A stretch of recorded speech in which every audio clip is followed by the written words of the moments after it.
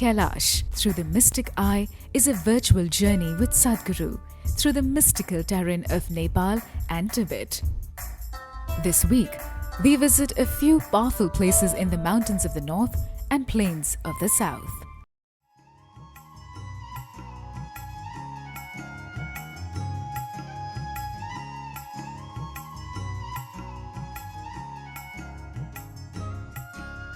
Overwhelming experiences in certain places, especially Gupta Kashi and Tapovan. If I could explain what is the basis of these experiences. These are two different kind of spaces, Gupta Kashi and Tapovan. Tapovan, maybe because of the altitude you felt lightheaded. It's been a place which has been graced by many wonderful beings. Wherever they go, they leave their eggs. That's their way of life. If you leave your eggs in Bombay or in New York City or anywhere else, people will trample on it and go, because they won't have the sense to recognize what's been left around. So the yogis also, people who have the privilege and the burden of carrying a dimension which is not in the experience of common people, also wherever they sit and stand, they lay their eggs. But why they always move to hilly regions, certain spaces which are identified as sacred, is simply so that these eggs are not trampled upon, but rather experienced, made use of, so that something will fly out of it.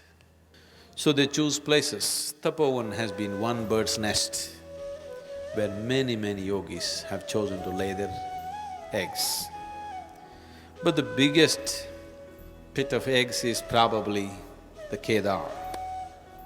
Kedar, every kind of bird laid its eggs, multicolored, and they got all mixed up. So, if you have been initiated in a certain way, you become open to a certain aspect of experience. There are so many other things there which you are not open to. But if you are initiated in a particular way, you become open to that particular dimension. The whole basis of creating temples in India is just this. A certain egg is laid, and you are supposed to approach it in a certain way.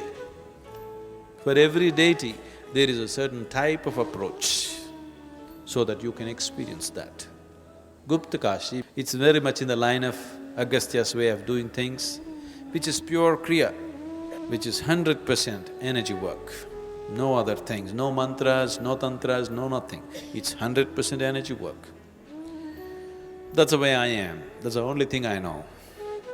I can just transform life from one dimension to another simply on the basis of energy.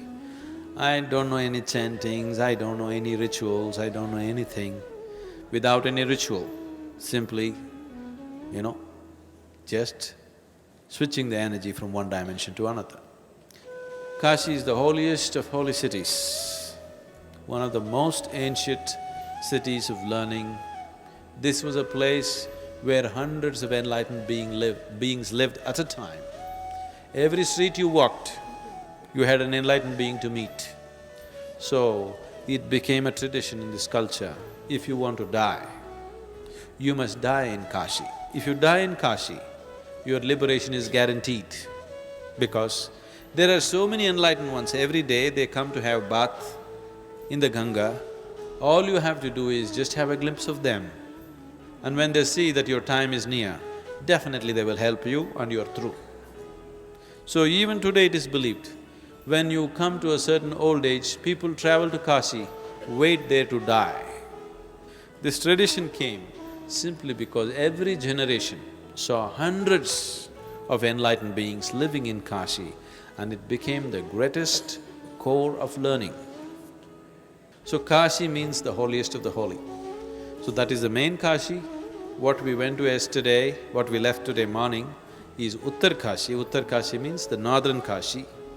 What we went the other day, just after Kedar, is Gupt Kashi, the secret Kashi. Nobody is supposed to know about it. All these Kashis have very powerful lingas which are referred to as Jyotirlingas. They're self-created. They were not created by anybody, they're self-created. They grew out of the earth in the form of a linga.